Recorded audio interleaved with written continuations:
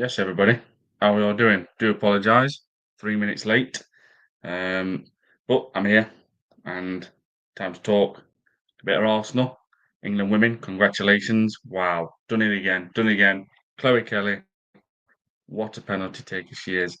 That step up is crazy how she does it. It just looks like it's generating power from the moment she does it. So yeah, England women champions and and Arsenal beat Newcastle United. But, well, not but yet. We might have got an incredible talent, people, in Max Dowman. I don't really want to be saying, oh, is this, is that. I've seen people already saying he's the new Messi and stuff, and I'm just like, just chill out, man. Just put the brakes on a little bit. But he looks incredible, don't you think? He looks unreal, man. Like you almost want to say, I don't want to big him up too early, but how can you not? He looks. I don't know. It's. I think he's. Someone said in my chat the other day he's 6 foot, and the way he just runs up ball is so quick as well. But it's his strides. It's like he can get away from a player so easily, and you can see with his long strides, he looks like an ankle biter, wanting the ball. He's ready to shoot anytime he gets a chance. It looks like he's got great vision, a good silky pass. I mean, what if we've got an incredible, and I mean the best of the best talent on our hands here? I don't know. I just don't want to jeopardize it, but just if well, he's going to be 16 end of December. I mean, can he get minutes? Can he play in Premier League this season? He looks that good. He was literally bossing Newcastle, you know, running all over him. Joe Linton, he had to put him on floor, and even at end, Joe Linton, you could see he was just like, this kid is an absolute worldie, potential worldie, and I just don't know. I don't know. I don't know what to think, people. What if we've got an incredible best of the best talent on our hands? We'll never know. But I know one thing: his name is all over social media right now, and I said this the other day in a stream. The moment you start talking about a footballer in this day and age, when it's shared all over social media, radio stations are talking about it, pundits, fans from the pitch, that valuation just keeps going up, up, up, up, up, and up. Looking at that now, Arsenal would say 100 million worth of player right there, even at 15-year-old. And this is the way we move people. Football. This is how it happens. Unfortunately, this is money comes into it. But he looks wow. I mean, and you know what? The thing what really, really is annoying is that Wanyeri last season really stepped up and shown Martin Odegaard up. Basically, he was miles better than Martin Odegaard, and updates on computers, man. That's what bugs me. That's why I've stayed away from a laptop for a long time with all updates you get, etc. But yeah, Wanyeri last season, absolutely class. Really did show Martin Odegaard up, and even in pre-season, Ranieri looks great as well. And I'm hearing, and I've not watched these games, people. I've not. I'm refusing to pay for it. I'm not watching it. But I'm hearing Odegaard not been the best. Kai Havertz, no. Martinelli, just not good enough. So the usual three. Last season those three. Martinelli didn't turn up. He hadn't turned up for the last 2 seasons. Odegaard was shocking, rubbish. Um, so I look at it now and I think players like Max Dowman and Wanyeri, they look levels above Martin Odegaard. Is that me just saying it, or I don't know if people agree with that in chat? Does like Wanyeri and Dowman look levels above Odegaard? Um, I'm gonna have to type that in.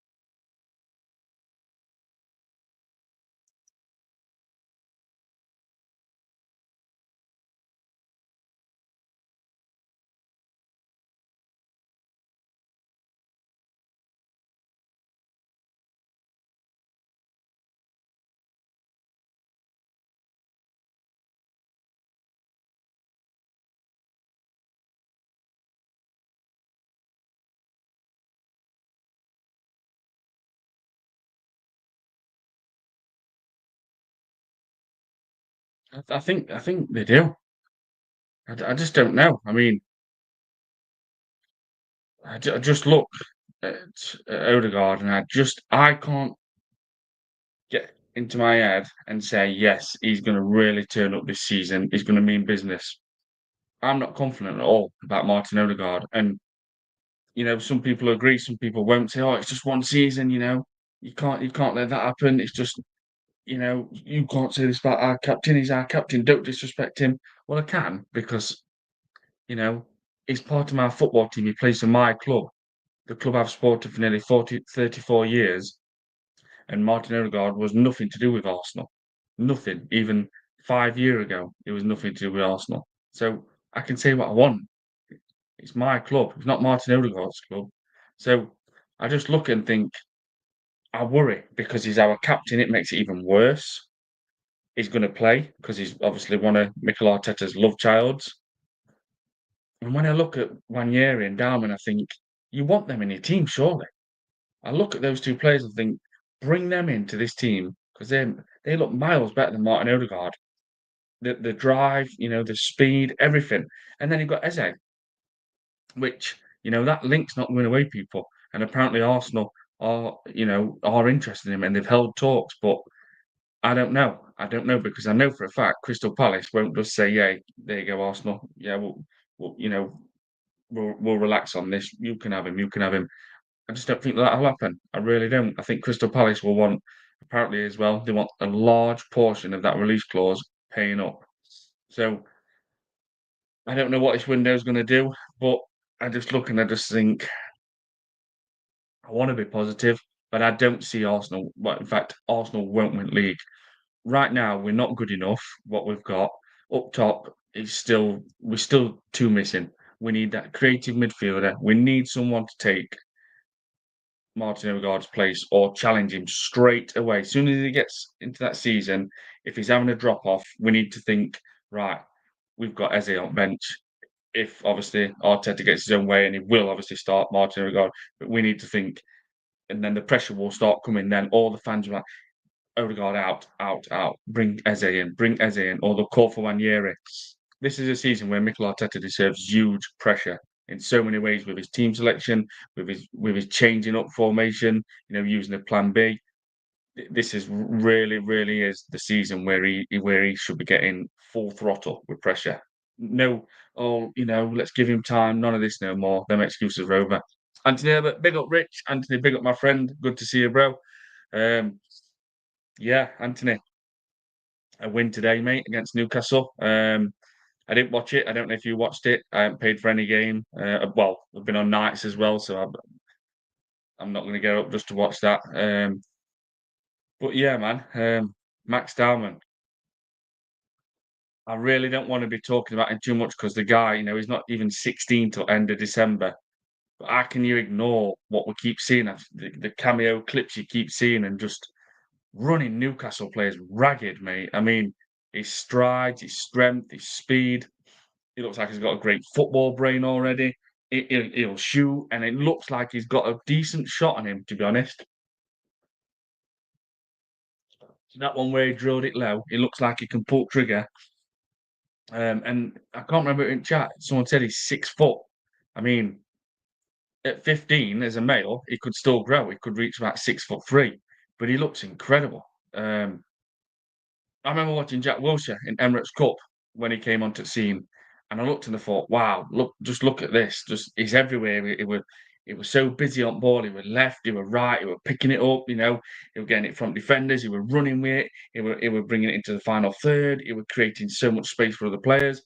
And I remember at one point where he tried to chip the Rangers goalkeeper. I can't remember it net for Rangers at that time. Um, no, can't remember. And I thought, what? Who was this guy, Jack Wilshere? He would just literally balling out, and I thought he's got something about him. He was so confident on ball. He was fast. He was winning the ball. He was trying everything, like saying, trying to chip the Rangers keeper from a very long distance. I think it was, and I just thought, this guy's special, man. This guy's got talent.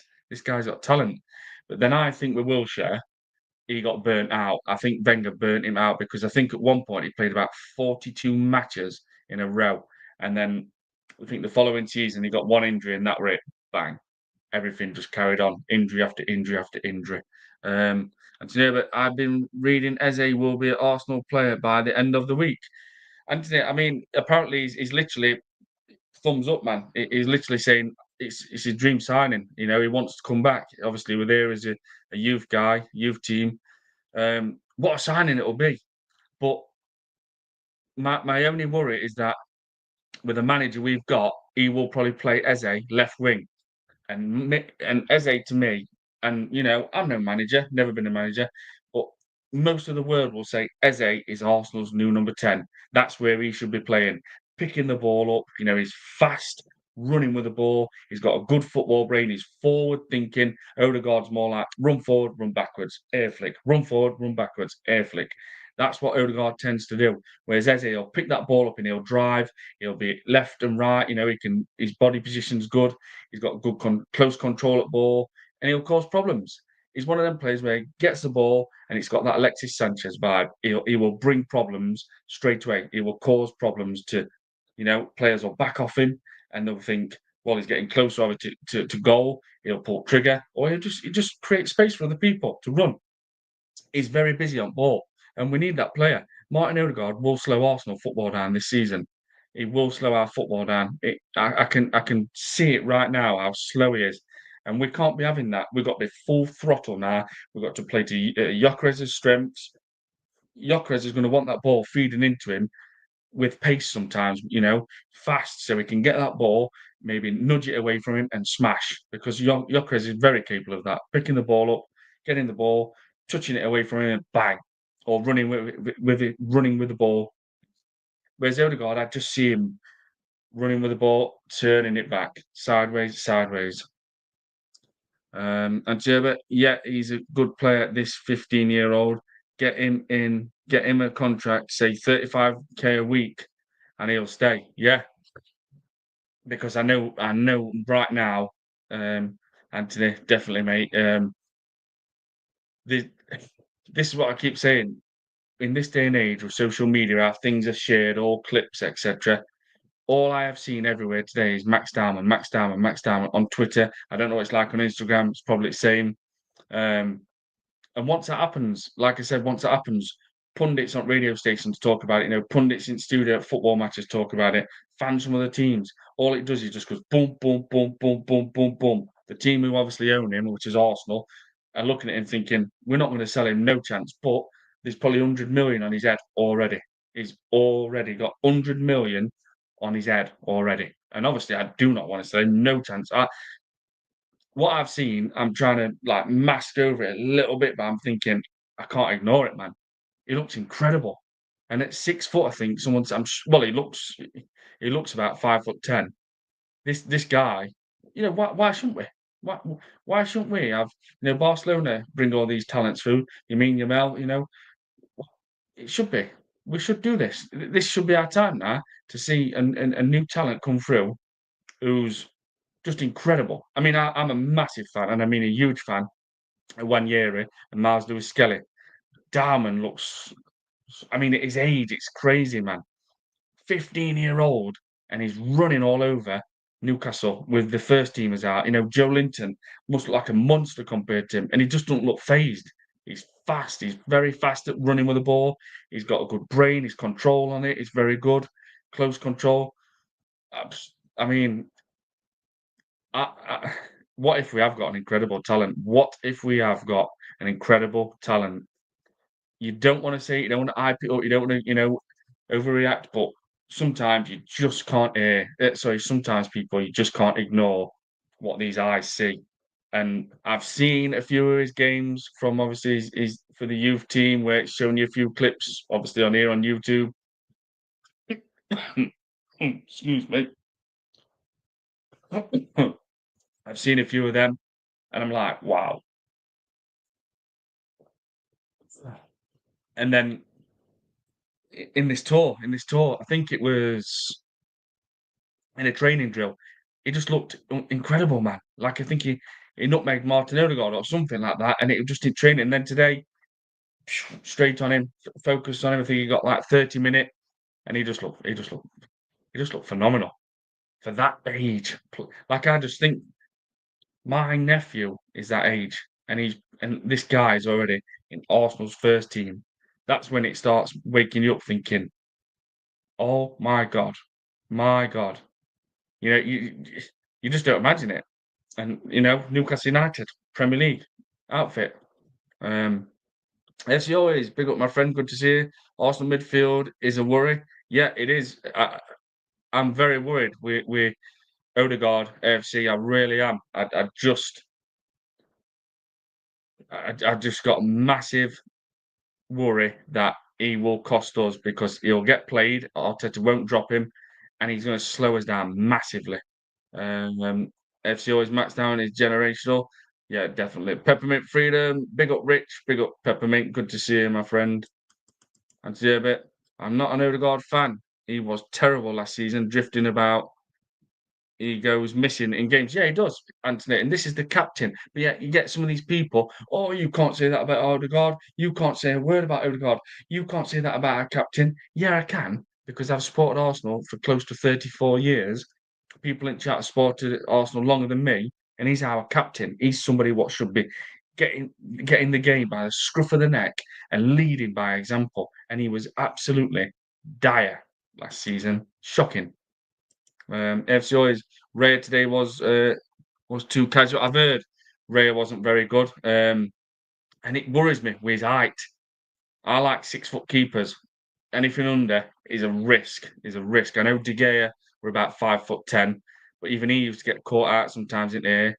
FCOs, we need to sell Calafiore to injure. Absolutely, man. What a waste of signing that one. And you know what, people? If we hadn't signed Calafiore, we could have got a striker that summer. But no, Mikel Arteta knows best. I'm going to try not to go into it too much, Mikel Arteta, even though he needs huge pressure this season. Huge pressure. So his Diamond had Joe Linton on toast. He did, and Joe Linton knew it at end of game. He were like, just as if to say, "Wow, you are him." Absolutely. At end of game when he got him like that, kind of cuddled him. FC always Max Dowman got the fire in his eyes. Absolutely, AFC. He's got that like winning mentality. Like, this is my club. That badge, I represent it now. Let's go. Let's go. It's me, Everest. Big up my friend. Good to see you. Please go and subscribe to it. It's me, Everest. If you already haven't, people. Big up Rich, just like Arsenal women carrying the Prem. England women is carrying your country. Yeah, Chloe Kelly's effing goat. Yeah, man. I mean, England women just find a way. And Savina Vidman, wow, wow. I mean, oh my God, she is going to be one of the greatest women coaches ever, ever. She's brilliant, man. She really is. Will she stay again? I don't know. She might move on, but she want that World Cup. She will want that World Cup. FC always, congratulations to the Lionesses, European champions again. Yeah, Chloe Kelly with that class penalty, man. That power where she does that like hop to get that power to where she builds it up. I love that. Chris Welsh, big up, mate. Hope you're all well. Go and subscribe to Chris Welsh, people, if you don't. Big up, mate. Where I hope you're well. Sorry, I'm late. I was doing darts watch along, and I did F1 watch along earlier. Oh, nice one. No, never apologise, people. I was late by about 3 minutes. Do not apologise. Hope that went well, Chris. Um, it's me, Everest. England women will be world champions next with the momentum ongoing. Serena Vigman, yeah, deserves an Hall of Fame induction when she absolutely Gareth Southgate become a sir. She deserves something, man. 100. Zef's game was in the house. Big up my friend. Good to see you, bro. Gyokeres has arrived. He has. He has. CFC. He's in. After 3 seasons, people, I can now say my football club have one of the best strikers in the world right now, because the striker's job is to put the ball in the back of the net.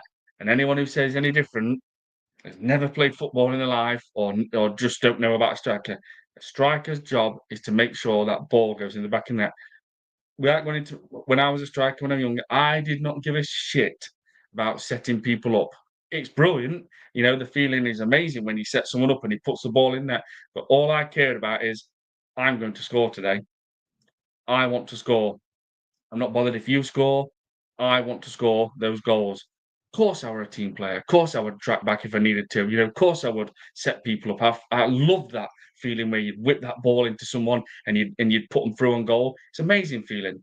But my first priority was I am going to win this match somehow by scoring the goal in this game. And I love that attitude. And that's what a striker is: ruthlessness, nastiness in front of goal. I want that ball. Pass me that. I want to put that ball in the back of that net.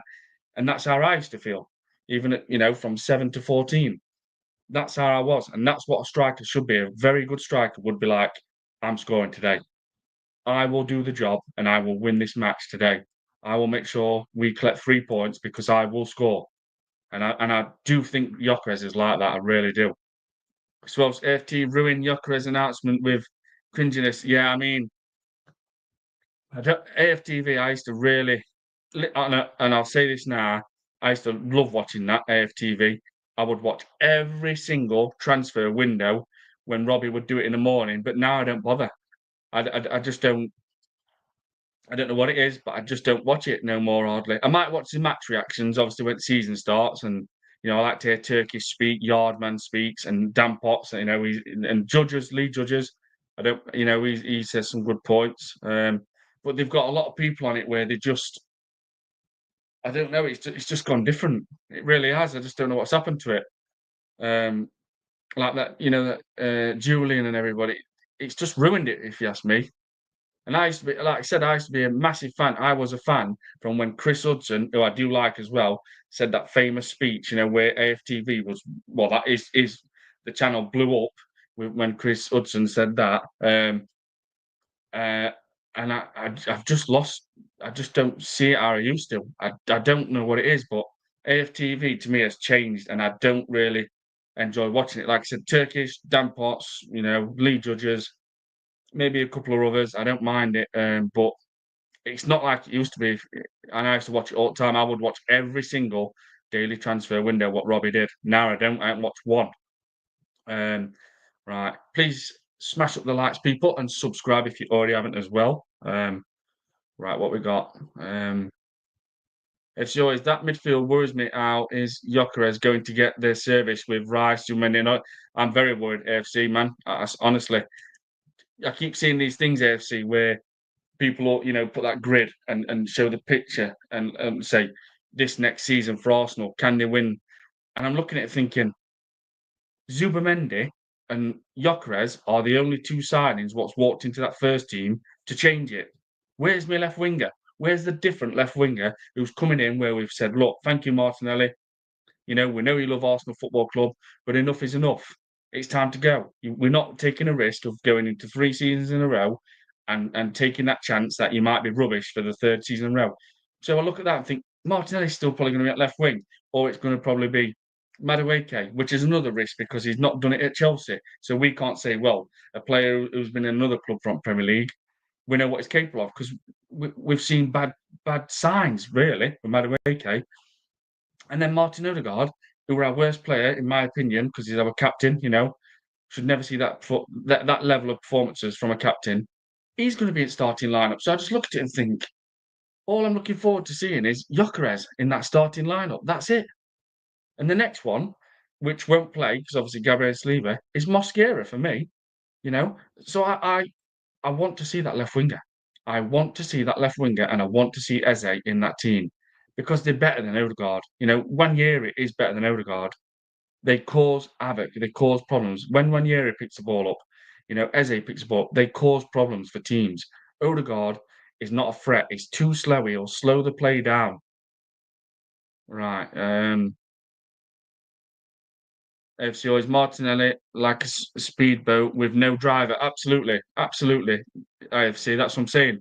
Martinelli gets a yard on you, he's gone. But it just looks like he can't even get by his man no more. Peppermint Freedom. You have a striker mentality, you have a striker mentality which has been lacking for so many years at Arsenal. We finally have a bagsman at our football club. Yep, absolutely. This, like I said, people, I was 7 to 14, and I had well, to me, an amazing season in my under 10s. I did score 79 league goals, in one season, and I would get on the pitch and I'd be thinking, "I'm gonna score, I'm gonna score," and because anything what came in the box, it's gonna I'm gonna score. What's this now again?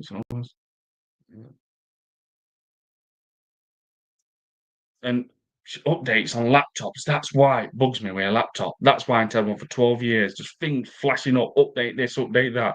Um, again, look, what the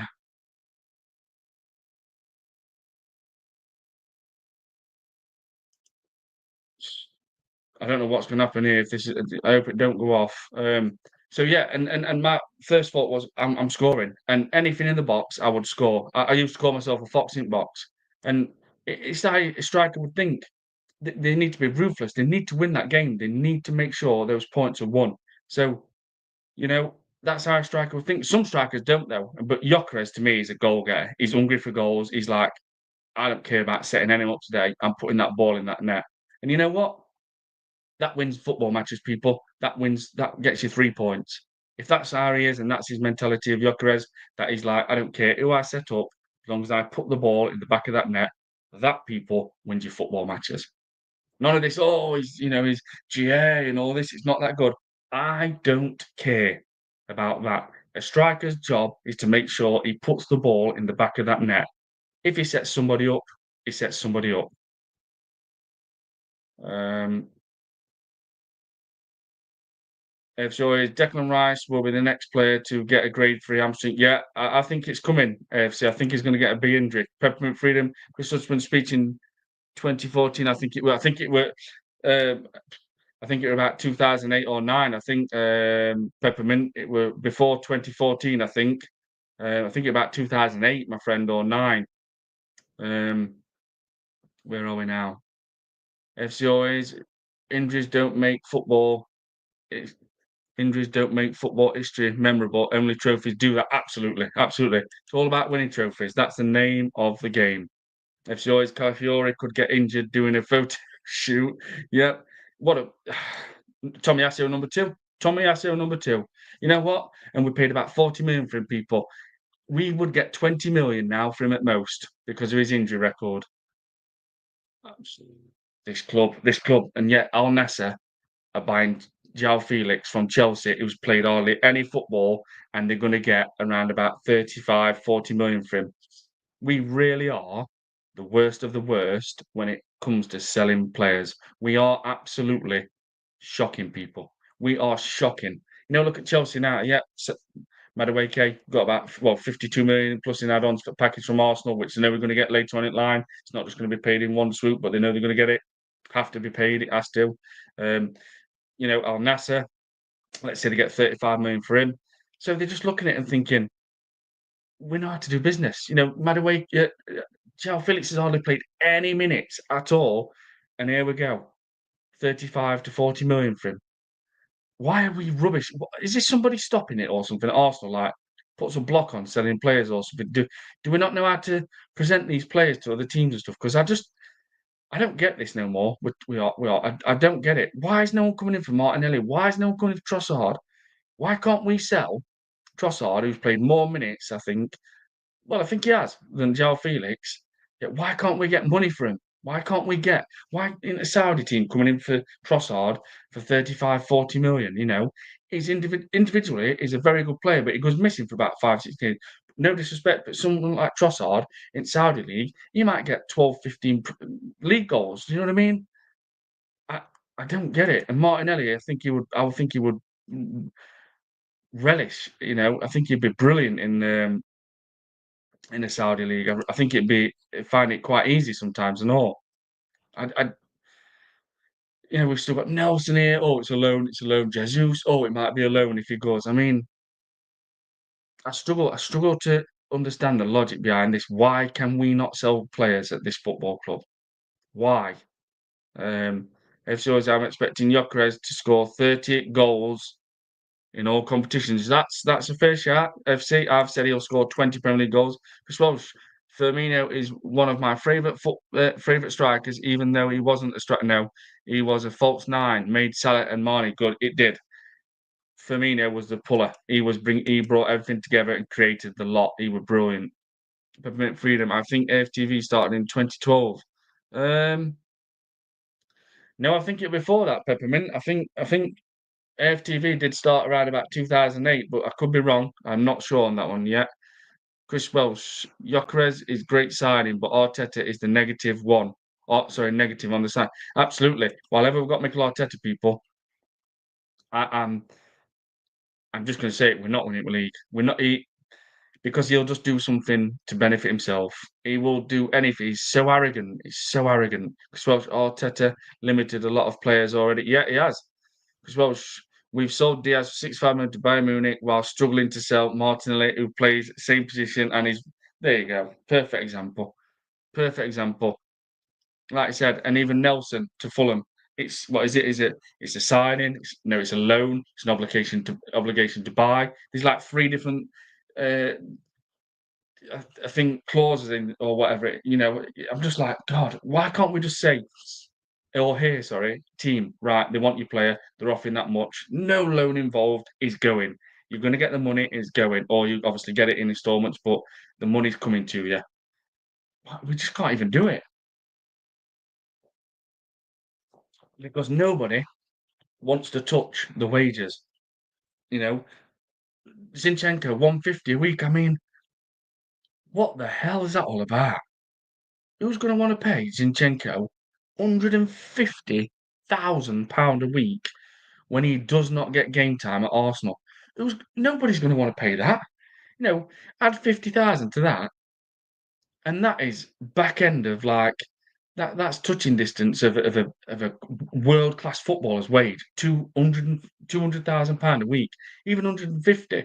That's very high. That's high. That's a wages where someone's balling out all season and is on 150. Where they're playing week in, week out, they're one of the best players and they're on 150. Yes, in the future they might get a pay rise of another £100,000 a week. But what team does things like this? Pays a player what wasn't even that good at Man. Let's just. He was a versatile player at Man City. He did the shit. He put the shift in, but he wasn't nothing special at Man City. And he won about 25,000 to 30,000 pound a week at City, and Arsenal pay him 150. I mean, I don't get why a club would do that. There's so many things what this club keep doing, and we're not making it up, people. It's facts. It's already happened. It says he's on £30,000 a week at Man City. Why didn't Arsenal just say we'll pay you 65,000, or 70? Just double his wages, or maybe double it in a tiny little bit. Instead, £150,000 a week. To me, it feels like this knock they talk about, this special knock with Arsenal. It feels like it's a wages knock. If Arsenal come knocking, that player knows he can get so much, well, an astronomical wage, and it's causing us problems. Look what it's causing us. Man City don't have this problem. Liverpool don't have this problem. We just do things wrong. And I'm hoping Andre Berta. I really am. I'm hoping Berta stops this because I think time is now where things have got to start changing. Because, like I said, the pressure now on Arsenal is massive.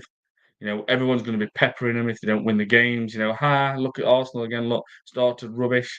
I mean, the pressure should definitely, and rightly so, should be on Arteta massively. And Gyökeres, we all know that's a fantastic signing, but look at what other teams are doing. You know, we can say, "Oh yeah, we've signed Gyökeres, we've had an amazing window, a 10 out, 11 out of 10 window," but in reality, we haven't because we are still going into a season with areas what need addressing, what have been letting us down, and if you include obviously Martinelli in this, he has been rubbish for the last two seasons, and we are still not signing anyone what can just come straight in and be our left winger. Now, I've said he could trial Kai Havertz, knowing Mikel Arteta, or is Madueke going to be Arsenal's left winger? I honestly don't know. I do not know with this manager. Or in Arteta's fashion, to make sure he plays his love child, Kai Havertz, will he put Victor Gyökeres on that wing, on that left wing, and Kai Havertz up front, just so we can keep Kai Havertz in that team because he will not like to be proven wrong. He will hate it if Kai Havertz goes on that bench and Gyokeres is scoring so many goals. So, to me, get ready, people, because we all expect Victor Gyokeres to go straight up front. He's been smashing them goals in the Premier League. It wouldn't surprise me if we see Mikel Arteta, because he'll do anything he can to benefit himself rather than Arsenal Football Club. And I think, and I am crazy for saying this, but I still have got a feeling he's going to trial Kai Havertz at left wing so he can make sure Gyökeres plays up front and he will use Madueke as a backup for Saka, or he's going to go with Gyökeres as a left winger and put Kai Havertz up front. I can't imagine Kai Havertz being on that bench because all he will think is, I've got public, I've got fans from other clubs, I've got my own Arsenal fans, I've got pundits on radio stations, pundits, pre-match, post-match in games. Look what happens. Look what happens when you get a proper striker. That's what happens, scoring goals, winning matches. And he will hate to know that people are talking about him, saying, you was wrong, Arteta. Why did you sign Kai Havertz? Waste of money, because he was the only one what wanted him. And this manager, I could keep saying, is a stubborn, smug prick, and he will do anything to benefit himself rather than Arsenal Football Club. And I can't imagine him dropping Kai Havertz. I really can't. And like I said, Martin Odegaard, another one, weakest captain in football I've seen. To me, where our worst player last season, especially when a captain should be, grabbing that game by the scruff of the neck, really, really gearing players up, making them think when we get in that training room at half time, he's going to throttle us. He's gonna rag us and say, "What the fuck are you guys doing? You're playing like a bunch of idiots."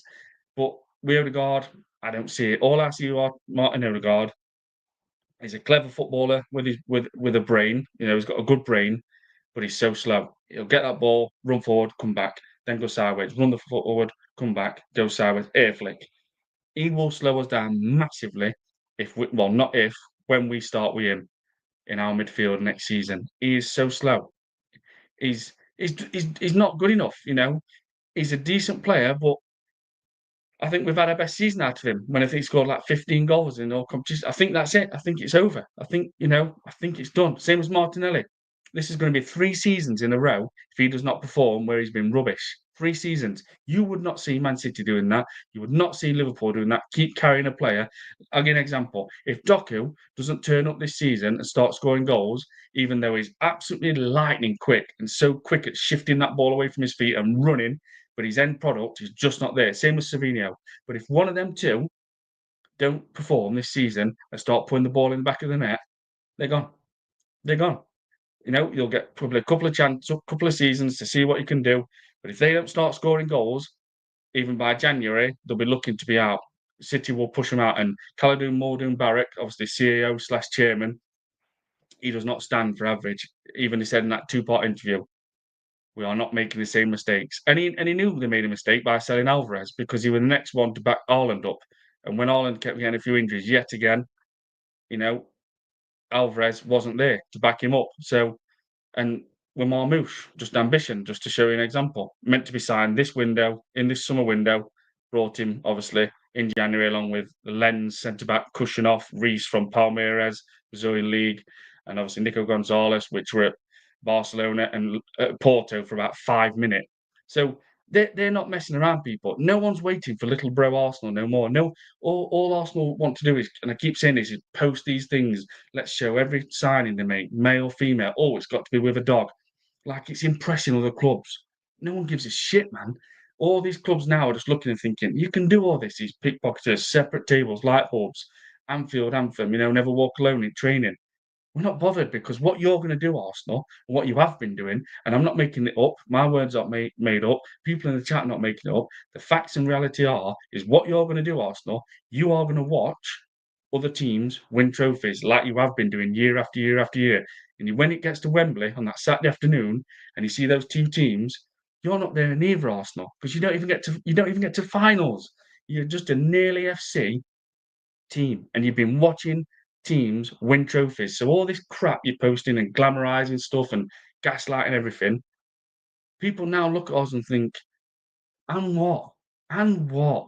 You've got a dog at your training ground, big deal. Dogs are brilliant. Obviously, I've said it loads, I love them, but people now just laughing, thinking, when are you gonna get serious and start literally being nasty on that pitch, getting ruthless, getting things done, fully maximising, completing one transfer window, so we don't have to keep signing 5, 6, 7 players. Because there's no way, as a manager, being in a position this long, should be in a window needing 4, 5, 6. If we'd have fully maximised and completed one window, I'll say this now, we could have got Eze. We could have got Isaac this window because we could have said, right, in this window, we've got about 200 million to spend. We're stacked. We're stacked. We've got our wingers, etc. Right, example, we need to replace a centre back. We'll put 30 million down for that, but we're making sure we've got around about 150, 160 for Isaac.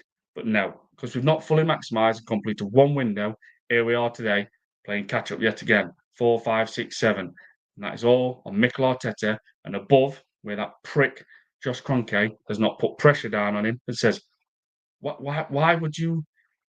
I'm giving you money, and you can see the whole world knows, and everybody, and I know this, Mikel. Josh obviously talking, and I am the owner of this football club. Hate it. Always say that. Hate it when I say that, but he is. I'm giving you money, and we've just lost the league by obviously that final game against Everton, and Man City beat West Ham. We need a striker, Mikel. We need someone to take the pressure off Bukayo Saka. We need a backup winger for Saka as well. That's the two positions we need desperately. But Josh Kroenke's like, yeah, I'll give you money. You can have money, and yet that whatever, do whatever, and yet he goes and signs a left back, Calafiore, who's literally becoming a very very injury prone player. Tomiyasu number 2, and he signs a midfielder, Raquel Moreno. And there you go, people. No pressure up above, and this man is getting treated like royalty. And in January, just to go into that, he should have said, right, thin squad already, Mikel. I've took a step back. I've gave it benefit of doubt in that summer, but we've got a thin squad. Now we've got injuries. I'm not asking no more. I am demanding you find a striker for my football club, because that's what Kalidou Muldoon Barrick at Man City, the CEO slash chairman, he would have said things like that. Pep, not good enough. Even like obviously Marmoush meant to be signed this summer, signed in January. Right. Sorry people, but I am going to read these out now. Um, where are we? Du-du-du-du. Yeah, I've seen that one. Chris Welch, sorry, I mean in the league than Champions League. Never be sorry, my man. Don't worry about that. Chris Welch, Champions League is more tougher. Yeah, Chris Welch, Gyokeres get 20 at least in league and 10 plus in Champions League. Well, I think he'll get 20 Premier League goals this season. I really do. But like I said, where will he play? Because I have zero confidence in this manager. Bottle Jobs TV, go and subscribe to Bottle Jobs TV if you already haven't. People, MLS will get found out at left back, and our left wing has to be looked up next. Absolutely. Yeah. MLS is rash. He's a decent defender, but I want to see him in midfield. He's got the stature, he's quite thick setted. He's strong enough. His control on the ball's good. He's got a good brain, and he could run. He can run with that ball. And I think he's a good left back, but I'd love to see him in midfield. I think he'll be so controlled and just so balanced and not be, because he's rash, man. And I worry when, like, if someone takes the ball past him, and he's running and running and running and running, trying to catch him, he's a bit rash, and I think he'll slide in. And I've just got a feeling he'll cause himself a problem. And obviously, 2 red cards last season. He should have got a third. Chris Welch, Rodrigo, Fofana, our top 2 targets to replace Diaz. Agent fees and salary is holding us back on Rodrigo. I thought Milik Fofana from Lyon was going to Everton, Chris Welsh, so I don't know. Something might have changed. Shane Gooner, big up my friend. Good to see you, Shane. Please go and subscribe to this guy if you already haven't. People, I know you have anyway. So big up Rich and the chat. Big up Shane, my guy. Same old, mate. Zero confidence. If so, I think the Champions League suits Gyokeres more than it would do in the Prem, especially how the new format is in the Champions League. Yeah, I mean, that new format. I'm not sure if I like that yet, neither. I'm still not making my mind up. If so, is Shane doing it? Big up, fella. If Shane doing it, AFC. Big up, salute. Community settings, great to see people. FC, the armband is too much pressure for Odegaard. Yeah, man. I mean, I'm embarrassed he's Arsenal's captain. I really am. I to me, a captain's got to be a voice, a shouter, someone who's going to throttle them players, and they know about it. Thinking when we get in that changing room at half time, he's going to batter us. He really is going to say, "What the fuck are you playing about at? You're playing like a bunch of fairies, man." But I just don't see that with Odegaard. I see Odegaard going big cuddles. Let's group together. That's how I see Martin Odegaard. Um, FC always Havertz is still awful. Absolutely. What a waste of signing he's been. We all knew it, people. We all knew it. But there's one man at this club. There's one man. Apparently, the guy who's transformed and completely changed Arsenal. No, he's got a challenge in twice, won one FA Cup, and built as a good defence. And that is it from Mikel Arteta. He has literally took us backwards in so many ways. Cost us in games. He put games because there's no plan B. There's no different dimension. There's nothing. There's nothing to give a manager of the obviously the opponent side an headache to make them think, "Whoa, what's Arsenal doing?" We've had no striker for 3 seasons. In that, obviously, don't be satisfied second in that window, which I've just been saying earlier on. The whole world thought, "Here we go. Watch Arsenal now. They're going to sign a striker." It's obvious they're going to sign a striker and a backup for Saka, and he signs Calafiori Moreno. He has really messed Arsenal Football Club up in so many ways, and he gets treated like royalty. He can't do anything wrong. And some fans are obsessed with him, absolutely obsessed with him. Anthony, but big up Shane. Waha. Hey, good evening, Rich. Chat. Waha. Good evening, my friend. Good to see you. What's Man United doing? Are they signing Ollie Watkins? Um, YNWA. Will be fun to watch Gyokeres vs Isaac this season. Yeah, man. Both in the same league, both same nationality. And one's moved and one is on the move. FC always, if Isaac was playing, we would have lost that game. If Isaac was playing, we would have lost it. Yeah, which game do you mean, FC? I'm not sure. Chris Welsh Fofana wants moved to Champions League club. Apparently, well, I was shocked, Chris. No disrespect to Everton, obviously, because they look like they're getting a bit better. They're bringing better players in. Is it Thierry? Someone I think is it Villarreal striker. I think I can't remember his name now. I think they've signed him, and when I seen that Fofana link, I thought that's good bit of business that. But I thought maybe he wants Champions League, so I don't know what's going to happen there between Liverpool and Everton rivalry as well. YNWA, how much do you think Gyökeres will help Arsenal? I would like to say, you know, really take us close to a title and smash goals in and literally win us so many games. But when you have a manager what we've got, who's a stubborn, smug prick who will do anything to benefit himself, to make himself look good, rather than Arsenal Football Club, you can imagine Gyökeres being pushed out on that left wing or on the bench and playing second fiddle to Kai Havertz. I have zero confidence in Mikel Arteta. I just think, yeah, he could do that. I don't trust him any way or form when it comes to picking a team. I've even said, and I've said it just a few minutes ago, I can even see him trialing Kai Havertz left wing so he can then get Gyökeres in the team as well. And I mean, watching Kai Havertz on a left wing, if that happened, would like be watching Mertesacker. It would be embarrassing. But this manager will do it because he would rather take a risk of something, a very slim chance working out, rather than thinking this is Arsenal Football Club. There's no more time for experimenting things. It's time to deliver now and get freaking ruthless and stop these stupid, these risk-taking things. You take risk in football sometimes, but after a bit, you're like, take a step back because that is not working. It is not working. But Mikel Arteta don't think that, but he wants to be right. He wants to be proven right or all by himself all the time. And enough is enough with him. To think of he's going to be our manager again this season. I hate it. I really hate it. I can't stand him as a person no more. And it did it for me with that post-match PSG interview with that female reporter. That's when I really thought, you are a wanker. You can go on. You have the audacity to go on live TV and make some BS up about saying a bench and their manager, obviously slash PSG, said we were the better team. How disrespectful is that? Just to make yourself look good because yeah, well we were the better team. That's all he wants people to hear. That someone else said it because he knew he failed and PSG dog walked Arsenal and even brought Ramos on, who since moving from Benfica has hardly had any games at PSG. But Enrique thought, I'm not getting any headache from Mikel Arteta here. I'll just bring Ramos on because we ain't threatened one bit.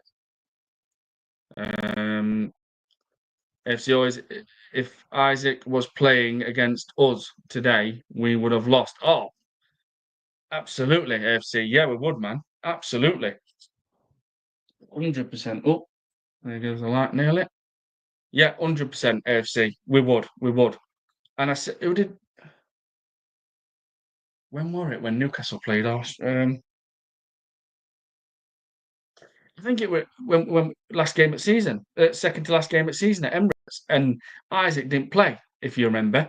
And I said if Isaac had played, Newcastle would have won that game in first half. They'd have been about 2-0 up straight away, and they missed chances. But Isaac didn't play, and I remember that. And I remember saying if Isaac's playing today, Arsenal would have lost that game in first half because Newcastle were having chances.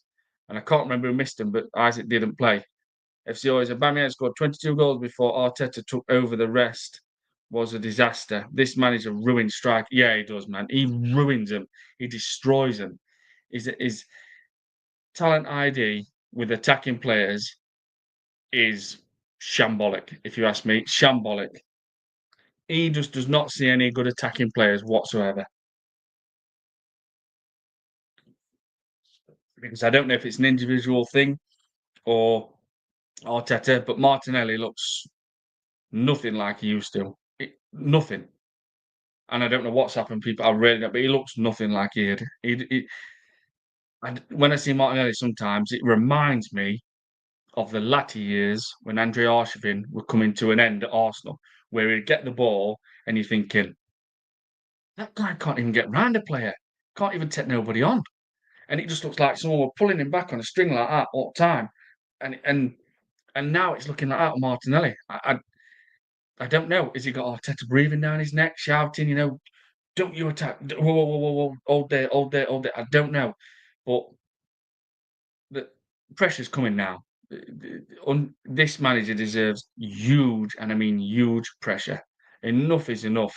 Enough is enough. You, you know, every window it's 4, 5, 6 players. We turn up in games and we look boring because he don't change nothing. He's not. He will not because it's kind of like if I change it and it works, I'm gonna look stupid. And he does not like that. He's so arrogant, people. And when you have someone like that as a manager who doesn't back things up by with his arrogance, if he were winning titles and cups, and you're like, he is arrogant, you're right. But that guy delivers and gets things over the line, like Moreno, Jose Moreno. I'm the special one, you know. His arrogance behind it, what he says, but he backs it up with titles. He backs it up with trophies. Marino, sorry. We've heard all what he said. I'm the special one, and his arrogance when he's in interviews, but he backs it up with titles. He wins things. Conte's a winner. You know, Mikel Arteta's just a nobody in a way. He's not even. Sometimes he can be one of the greatest footballers, to play the game, but a shocking manager. But Mikel Arteta was a decent player at most, and just a manager what's won an FA Cup with someone else's players, Unai Emery's team. And he stopped us from getting us to Wembley. We don't get to finals. Do you know what I mean? So when people keep saying, "Oh, he's done this, he's done that, he's done amazing," one, he's done what's expected of Arsenal Football Club when you have a manager. That is what's expected. Yes, he has made us better. We have become better, But it stops there. He's built us a great defence. I'll put my hands up to that. He has. He has brought us a, excuse me, built us a very good defence. But that's where it kind of stops, man. The midfield is always like up, it's going up, back down to average again. Like our midfield now is decent at most. Declan Rice gets injured. I mean, if Declan Rice gets injured, then we will struggle. We will struggle. And Martin Odegaard, like I said, other teams are winning trophies because they're ruthless. They're like, right, it's not worked. We're not saying we're going to get Odegaard, completely gone, but someone's coming in. Someone's going to be on that bench ready to take your place. And that obviously should be Eze. And obviously, hopefully, he takes his place, which I believe Eze should walk straight in Arsenal's team and take Odegaard's place. I really do. I really, really do. But we don't get this at Arsenal. We're too nice. It's too all nicey cuddles and, let's give all these big cuddles. But why aren't people realising that I don't make things up? In the chat, we're not making things up. Mikel Arteta said, don't be satisfied with second. Not me. I didn't say that. He looked at the whole fans, the whole fan base in the Emirates with Arsenal fans and Everton fans. He stood there and said, don't you, to all the fans, be satisfied with second because we want much more and we are going to get it. So what does he go and do? When the whole world knew what Arsenal Football Club needed, every player from every other team you could ask, fans from the team, well, Arsenal need a striker, bro. You ain't got a striker at your football club. You're losing games because you just ain't got that extra bit of magic up top. So what does he go and do? He does the opposite what you could imagine. He signs two players from two positions, what has got nothing to do with the two positions what we are desperately in need of, and that's a striker and a backup for Saka. That to me was a sign saying this guy is not good enough for Arsenal Football Club because he would rather do anything to benefit himself and take the risk and try and be, oh, I can do it. I can win a league. I can win a league without a striker. Man City did it kind of like playing David Silva floating around in the right box. Just wake up, Mikel Arteta. You're a decent footballer. You've never managed one football team in your life. And I keep forgetting all the time. I can't remember if he's won anything in the game. I'm not sure if he has. And yet he comes to Arsenal Football Club and he thinks, well, FA Cup, yeah, whatever, won it now. Just sit back. We don't even get to Wembley. We do not even get to Wembley. We don't reach finals. We were miles off last season at the Premier. Oh yeah, but we've got all these injuries, all this. Oh well, we can't win leagues. That the excuses are over, man. The excuses are. So what about season before then? Gabriel Saliba, Ben White, Declan Rice, Martin Odegaard, Saka fit nearly every single game through the season, and we still didn't win it. So when people tell me this club are moving everything the right direction, we don't even have to sell players, man. You've got João Felix, like I said earlier on, going to Al Nassr in Saudi League, Ronaldo's team. He's hardly played any football, and they're getting around about 35, 40 million for him. And we can't even sell Martinelli, what has been our main starter as left winger. We can't even get him gone. And it's not just this season, it's year after year after year after year. Repeat, repeat, repeat, repeat. The pressure is now on, and he deserves huge pressure. He does not deserve to be classed as one of the elite top managers and earn that 15.6 million, I think it is, a year. That to me is damn right disrespectful when you've got managers winning trophies year after year. Look at Hansi Flick, Barcelona, young squad. Even Cabrasi was injured straight away in the season, missed so much. The young centre back with about 16, 17-year-old, injured, massive injury. De Jong, annual injuries, always injured all the time. Lewandowski picks injuries up. Everything happened. Young squad, loads of injuries, and Hansi Flick walks into Barcelona in season one, and wins a treble. And let me just say this as well. If you put Atletico Madrid and Real Madrid in that Premier League, they are finishing around about 6th and 7th. Real Madrid obviously could even win the league. But let's just say if you put Atletico Madrid in the Premier League, they would probably finish sixth and fifth in the top six every season, and even Atletico Bilbao would probably finish about seventh.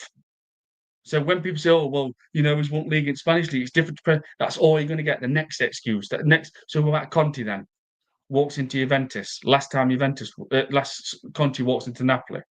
Last time Napoli won the league was with Spalletti, who left Napoli after they won the league and went and obviously managed national team after a bit, after a rest. And last time Napoli won the league, Spalletti had Kvaratskhelia and Osimhen in their attack. Conte, in his first season, goes to Napoli. He's got Lukaku. Apparently, some of these Arsenal fans are just obsessed with everything Mikel Arteta does, says, and wants in the club. Lukaku's washed. He's in the mud. Rubbish striker. We don't want him at our club. And yet, first season, Conte with Lukaku up front, Billy Gilmore, Scott McTominay, Napoli win the league. So when people keep saying to me, "Oh, it takes time," he's got to give him money, give him money. Well, he's had his money now. He's got his players now. So what's the next excuse? Oh, well, Liverpool, we can't compete with them. They won the league, by 10 points on slot. Managers AZ Alkmaar, Go Ahead Eagles in Dutch Eredivisie League. Absolutely dog walks Mikel Arteta in his first season and buys Chiesa. That's it. You know why? Because they've got the balance of the team, because they've made sure in most windows they fully maximise it and complete it. Whereas Arsenal still needing 5 or 6 players nearly every window because we don't fully complete one window, and we never have with this manager.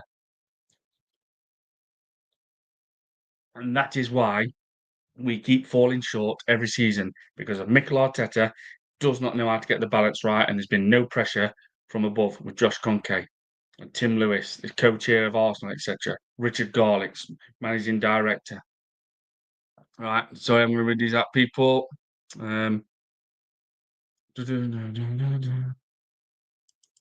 Chris Welsh, Arsenal have let their only left back go for nothing. Tierney, yeah, absolute baller, winner, proper, proven winner, won trophies, absolute beast of a player, just shame he got a lot of injuries, but not been injured, I think, since 2024. I think the last time he got injured in Euros, I think, for Scotland.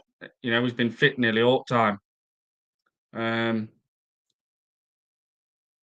FC always, if Isaac was, I've seen that one. I've seen that. So what's happening here? Oh, sorry, I didn't see that one, Chris. I do apologise.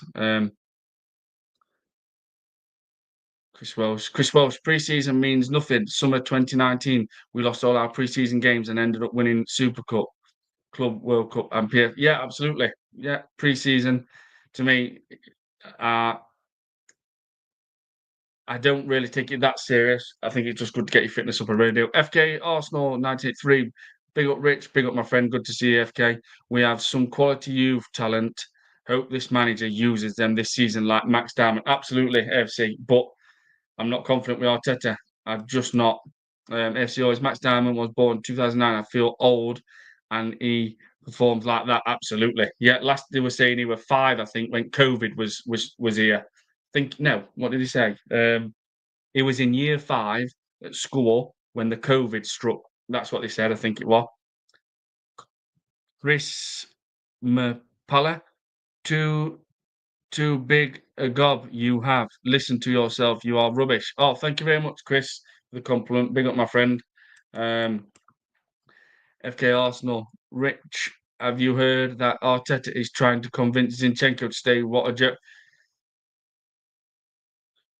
You know why? Because he knows he's failed. Because no one's going to touch him at 150 a week, 150,000 a week. Now, Zinchenko, to me, if he stays, I'm okay with that. But I'd rather sell him. Of course, I'd rather sell him.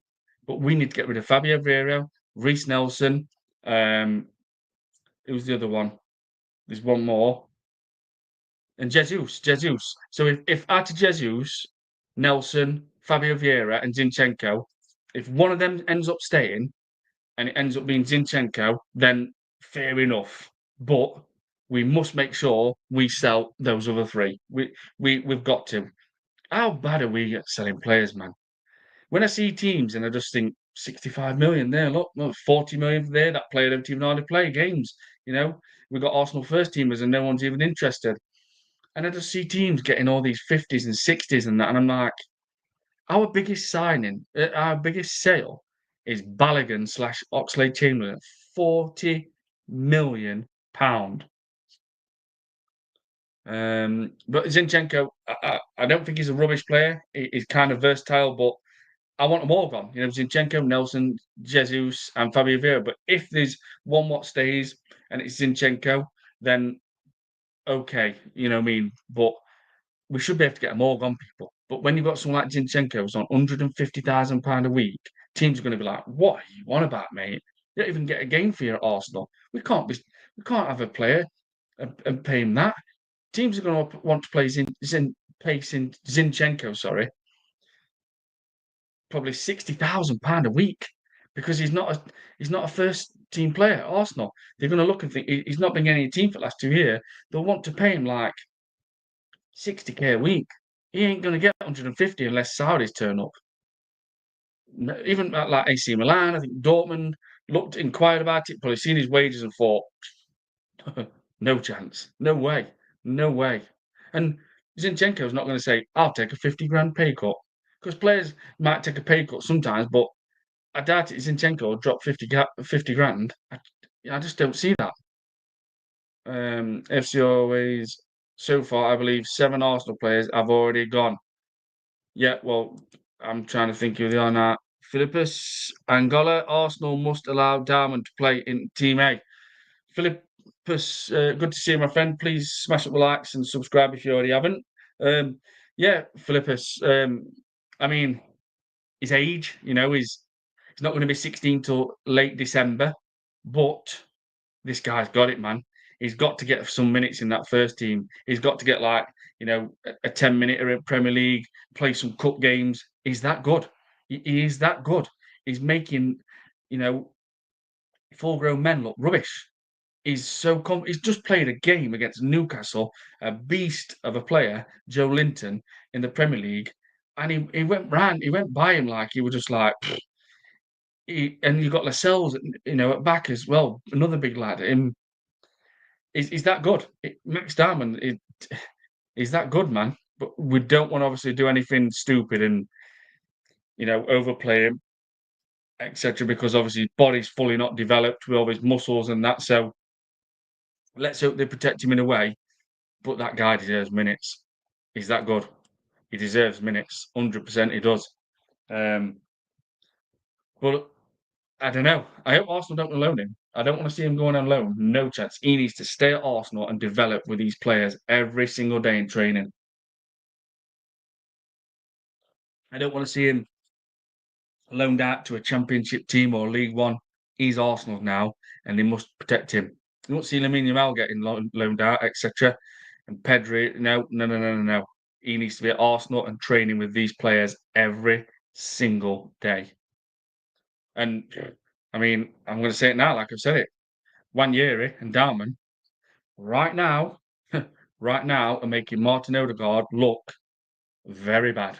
Very bad, people, because of what we seen last season from Martin Odegaard, the fans like myself and people in chat have already took note and like Odegaard. I mean, when you see someone like that Dowman and Wanyeri playing like they are, and obviously Wanyeri last season, one of Arsenal's best players, you look at someone like Martin Odegaard and think, if you don't step up, pal, you're out. You're going to be forced out because the fans will start booing you. Of course, we all want to see Martin Odegaard really perform this season and be levels above what he was last season. But if he starts bad and he's done nothing to show any signs of revitalising his form, say first 5 games, he's going to get booed. Fans are going to start booing him and saying, "This is our captain, people. This is what we get for our captain. This is someone who's meant to lead by example." He's lackluster. He's slack on ball. He's mistiming passes, which were happening last season. Fans are going to get on his back. Fans will get on his back and boo him. Absolutely. And you know what? Why shouldn't we? These guys get paid so much money and they're protected in every single way. And some of them are treated like royalty. And we're just people, we go to work, we've got families, etc. Why shouldn't we boo these footballers? If they're not good enough and not performing, We want to see that you're trying in this Arsenal shirt, what us fans keep paying so much money for every season, especially the season ticket holders. I've got massive respect for people with season ticket, especially the fans what, like-minded like me, what demand more, etc. You can't keep being let down by this club. It's about time this club gave something back. And do I see it? Yeah, a little bit, signing Gyokeres. I mean, I'm glad we got Berta because I think if we hadn't got Berta, Arteta gets Sesko. He would have been random like a baby. Please, please, please, I need Sesko. I want Sesko. I need to make another phase number up. I need to make another process up because it'd be perfect for him. Mikel Arteta has had no pressure from above, and he thinks he's got so much time. He can do what he wants. He probably thinks now, okay, I might have a little bit of pressure because Berta's in, but he's had no pressure applied from him down from above down to him. Josh Kroenke has gave him no pressure, and it's just not normal. It's just not right to be feeling that comfortable that you can just do what you want. Yeah, we rocked up, we finished second again, people. What, Wembley? No, no Wembley yet again. Didn't get to Wembley. Watch other teams go to Wembley and actually win trophies. Finals? Nope, no final, no final. So we just a near right now. Arsenal Football Club are a nearly team, and the facts are, and I mean nobody in the world can say, well, it takes time. You've got to build. You've got to do this and that, because all you have to say is Hansi Flick at Barcelona, first season treble, nearly won quadruple. They were close to winning Champions League, and Conte at Napoli. So when I say that, what can you say back to me and say? Uh, um, um, well, uh, there's nothing. The facts are, the 100% facts are, managers are walking into football teams and winning trophies, leagues, whatever, in the first season. This manager has had way too long, and he is lucky, very lucky, he's not at a club like Inter Milan, AC Milan, Real Madrid, Barca, because he would have been told, you're not good enough, pal. Thank you for your time. You've done some good things, which he has, built us a great defence. But now we want you out because we want better. And when I look at when I look at Barcelona, the team what's in turmoil financially, I've got massive respect for that club. And I've always liked Barcelona. I've always kind of been a Barcelona over Real Madrid when I was younger. And I've been to Nou Camp once when I was very young.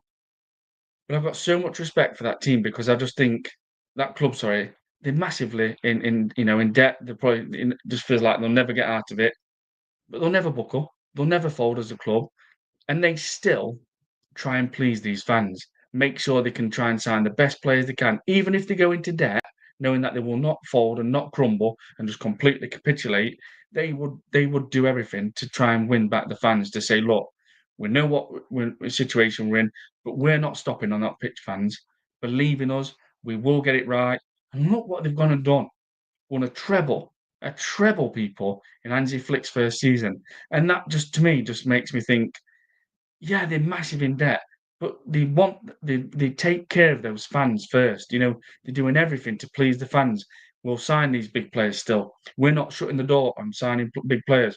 We're still going to sign them. You know what I mean? Because they want to see it end at season, their own fans celebrating with Barcelona winning the league, Copa del Real. You know, Whereas at Arsenal, it feels like, no, it's all about us. We're not going to take that extra risk. We're not going to go that extra mile. We're going to do things all nice, all pretty. Taking it into our own hands, and we're not bothered about excuse me, we're not bothered about the fans. The most important thing is making sure Arsenal don't go into debt, etc. And we're not going to go into debt. You know what I mean? We're a huge football club. We bring merch out like every 4 or 5 weeks. We've got the dearest season tickets, astronomical prices with food, etc. A huge fan base worldwide. But this club just won't do that. They won't go the extra mile. And that's why I say the root cause is only going to be stopped. And that's if someone just buys this football club and we get these Cronkies out and we've done with them. Thank you for your time. Thank you for giving us a couple of good windows. But now it's time to go. It's time to bring Arsenal back. Bring a new. Let's start. Not start again, but let's just bring something new. We're not going to keep being this little bro to other teams because that's all we are at the minute. Like now, we're playing catch up with Liverpool in this window. I said even before ball kicked off, Liverpool and Man City will have a better window than Arsenal, and I've been proven right, people. And people say, "Oh, we signed Gyokeres, no, Zubamendi," and no, it's 11 out of 10. It's not 11 out of 10 right now. Arsenal's window is a 5.5 out of 10 because these two positions. What?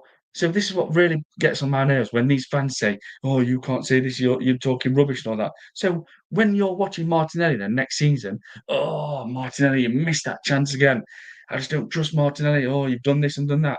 But yet when we say it, "Oh, it changes. We can't say this. We can't do this." Because the thing is, we call our club out because we want better. We love our club, and we've got ambition, and we have got bigger standards, and we want to win trophies. We are sick of watching other football teams winning trophies and getting to Wembley and getting to finals and celebrating. We are sick of it. Me, people in my chat, we're fed up, and we're not going to keep putting up with it. And yet, all these other people, what say, "Oh, you can't say this, you can't say that, you can't say this about Arteta, you can't say this about club." But yet you have the audacity to when you're watching Arsenal Football Club, "Oh, Martinelli, just not good enough. He's missing these chances."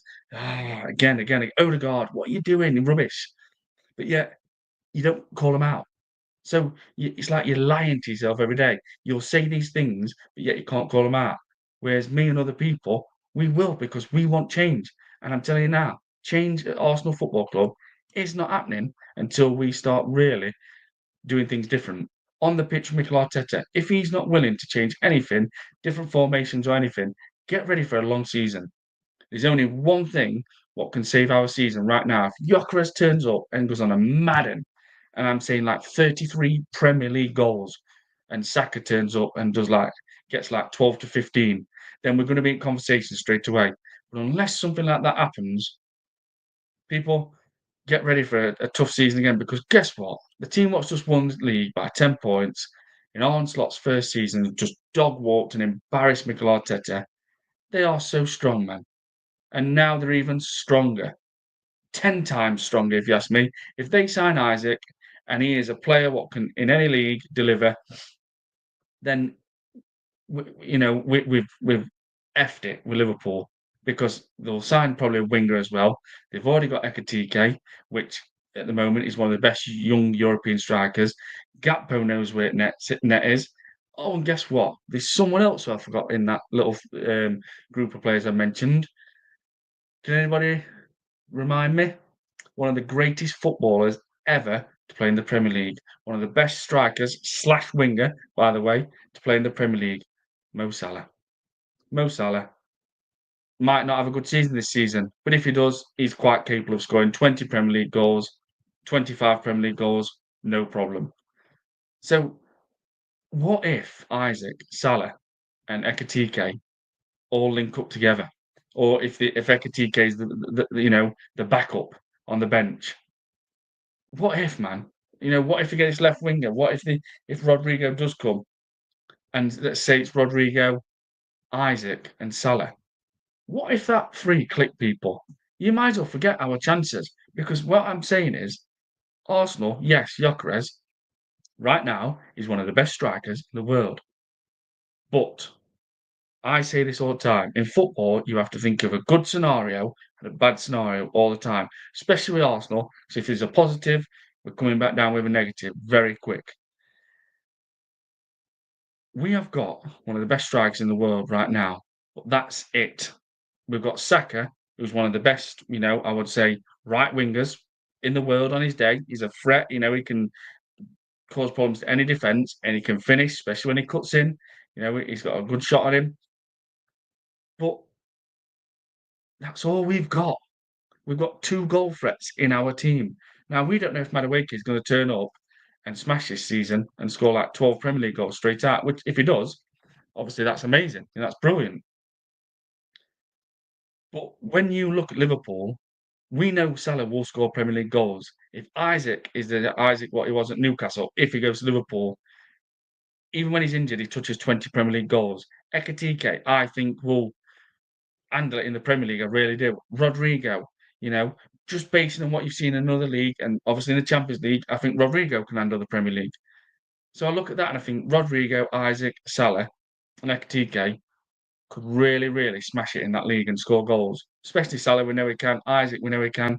But obviously, taking consideration from a different team like Torres at Liverpool to Chelsea, that just did not work. But there's a lot of times where it does, where a player comes from another team Premier League and goes to another Premier League and he smashes it.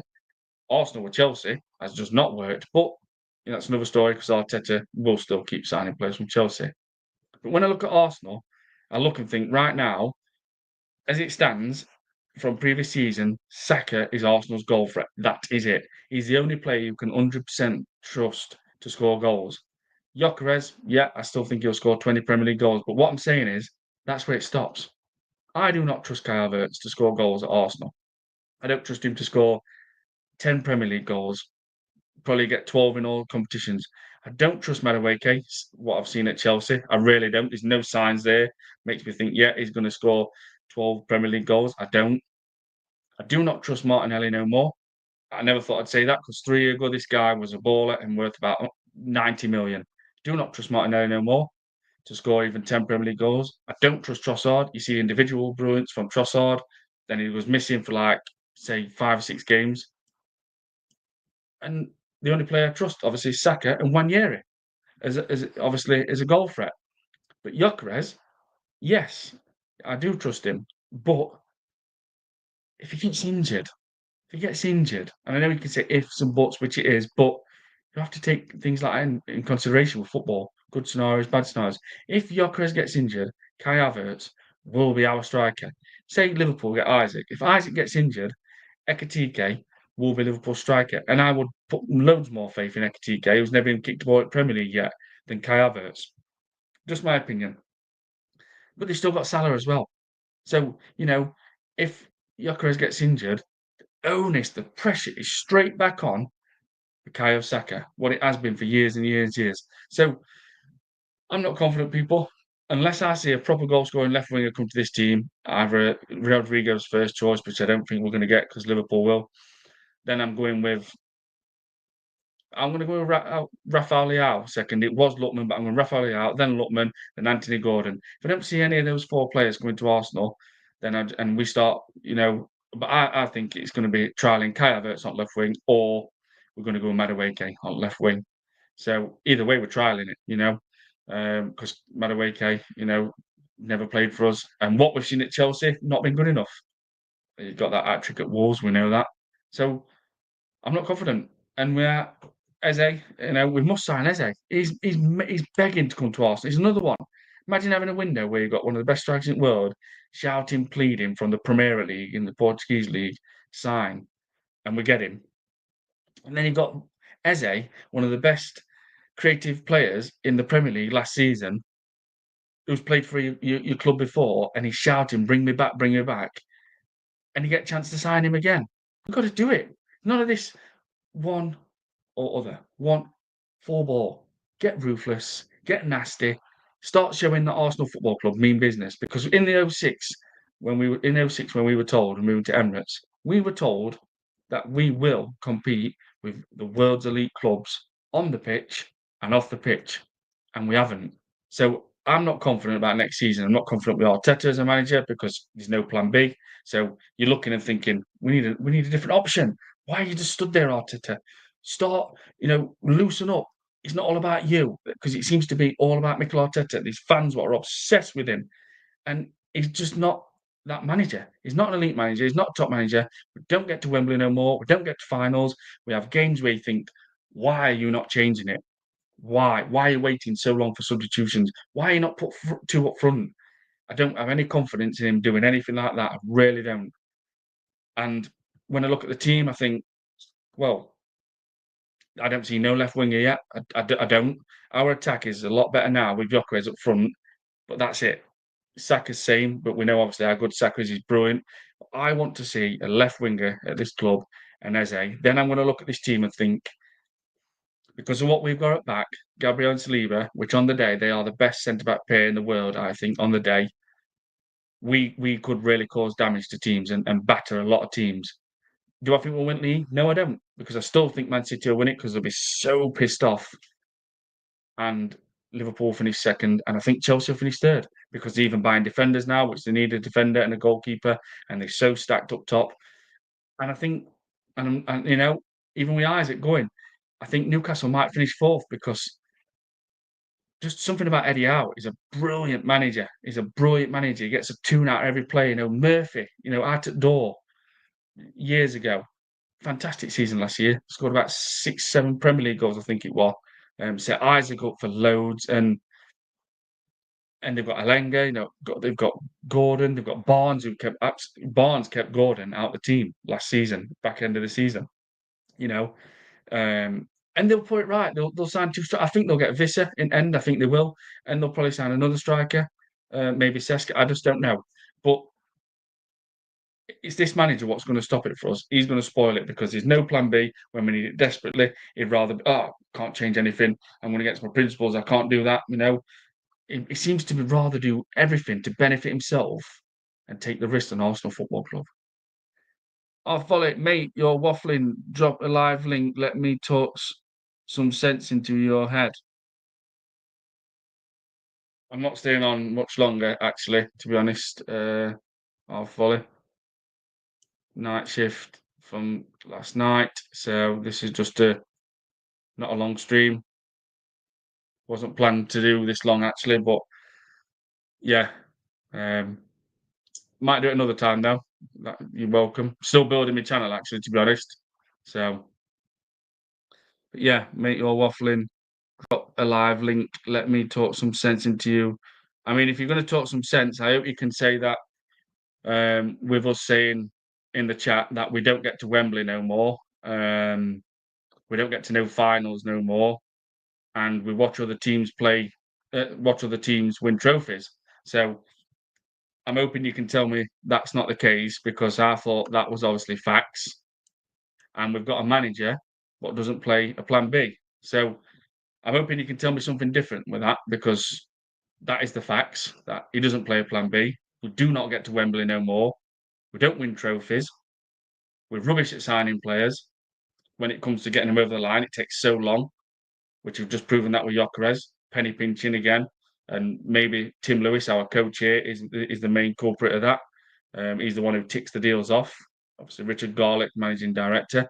Or when it comes to selling players, we're shambolic. We're absolutely shit at selling players. And if you're coming back with semi-finals and that's not, you're not winning anything. No one cares about a nearly team. What people remember is that winner. Like Ten Hag at Man United win FA Cups. That's what people remember. Arteta has won an FA Cup with a team what Unai Emery had. Semi-final, here we go. Semi-final Champions League and second in the league with an injury at squad. It's not to be scoffed at. So when we had Gabriel Saliba, Ben White, Rice, Saka, and Odegaard fit all season, why didn't we win the league then? Why? It's all about excuses all the time.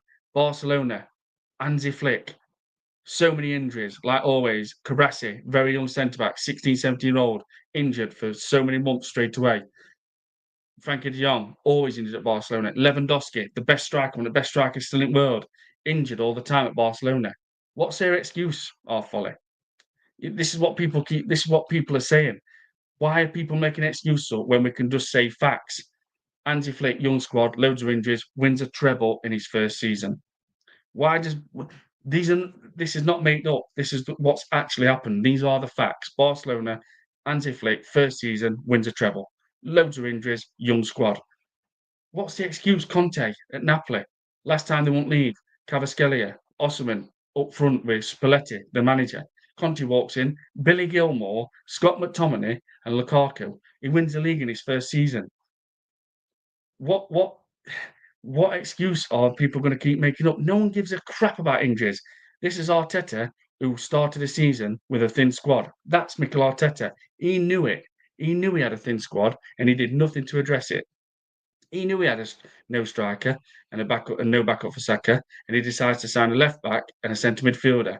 But yet he stood on the pitch and talked to you, me, everybody, all these Arsenal fans in the world, and says, "Don't you be satisfied with second because we want much more and we're going to get it."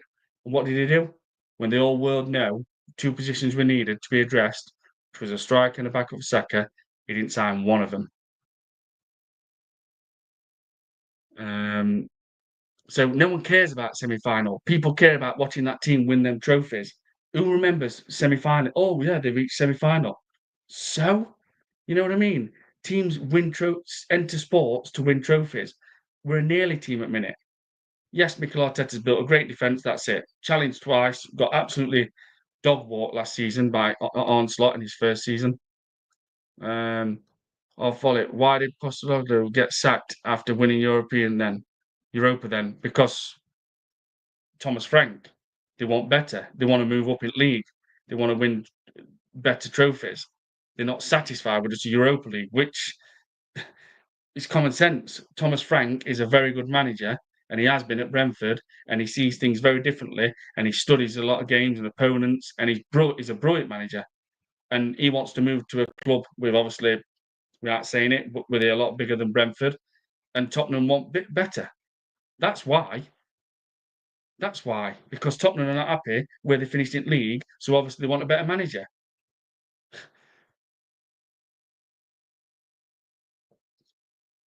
That's why, exactly. Why else would it not be?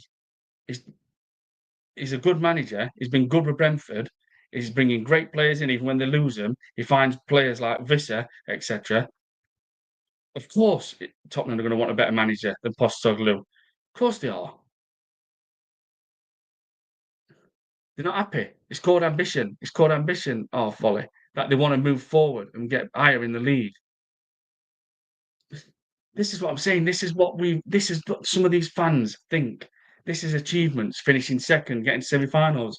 All it is just being nearly. You were quite there. You were close, but not quite there. But that's some Arsenal fans' ambition. That to them is classed as a trophy. I've seen my team win doubles, Coca-Cola Cups, Invincibles. Oh, follow it. You're comparing apples and oranges and talking nonsense. As I said, drop a link next time and I will debate. Yeah, you can come on, mate. Once my channel's set up, absolutely. Yep, 100%. I won't forget it. But if you're going to tell me that Arsenal do play a plan B with Arteta, then that's fair enough. But then the whole world know you're wrong. And if you're going to tell me that Arsenal are very good at selling players, then the whole world know that you're wrong. Because the facts are we're not good at selling players, and the facts are we don't play a plan B with Mikel Arteta. And if you're going to mention getting to semi-finals is very good, then we're just going to turn around and say we don't win anything. If you enjoy our folly, standing there end of season in May, and obviously around about February, March time, watching football teams lift trophies, not just nearly getting there and reaching the semi-final. Because by the way, we don't even get to a final, and we don't get to Wembley no more. If you enjoy other teams standing there winning trophies, lifting it up and saying and looking at that trophy and saying that name on it, winners. If you enjoy that, then that's fair play to you. But I know I don't, and I know most people in my chat because we're sick of being told it takes time. We haven't won a league, but we'll do it.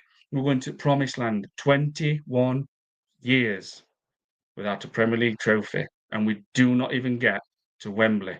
And to some fans like me, when I don't see us getting to Wembley, that's annoying because that competition, FA Cup, is massive and always will be, and been watched all over the world still to this day. Um, And I'll say, jump to spit another fact. Man City, Kevin De Bruyne, 5 months injured. 5 months. One of the greatest players to ever play in the Premier League, and been probably the best player nearly every season for the last 2 seasons, been the best all-round footballer in the Premier League. 5 months. Kevin De Bruyne injured. Haaland out 3 months. Off volley. What did Man City go and do? Win league. What is the excuse? There's no excuses left Football teams find a way because they're fully equipped and they're stacked and they've got the right balance. Mikel Arteta has not once completed a full window and fully maximised one window while he's been at Arsenal. It's always, oh, we need a left back. Oh, we need a left winger. Oh, next window. Well, that player's going now. Well, we still didn't complete other window. We still need a left winger from previous window. Well, there you go. Let's count. 1, 2, 3, 4. Here we go again. 4, 5, 6 players again.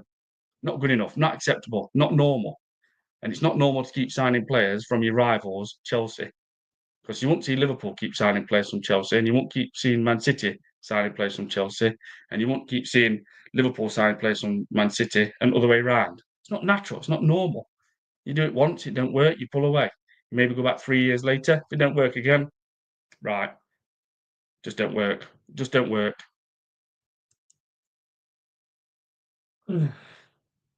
Chris Welsh, yeah, that's what I mean, mate. This is what we keep saying, Chris. Some of these fans think semi-finals is massive, it's achievable. If you get to semi-final once, you make sure second season, well, season after that, you damn well go and win it. No excuse whatsoever. You make sure you go and win that trophy.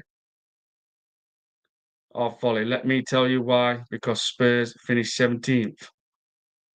Oh, folly. If Spurs finish second like Arsenal, Postecoglou would still have a job.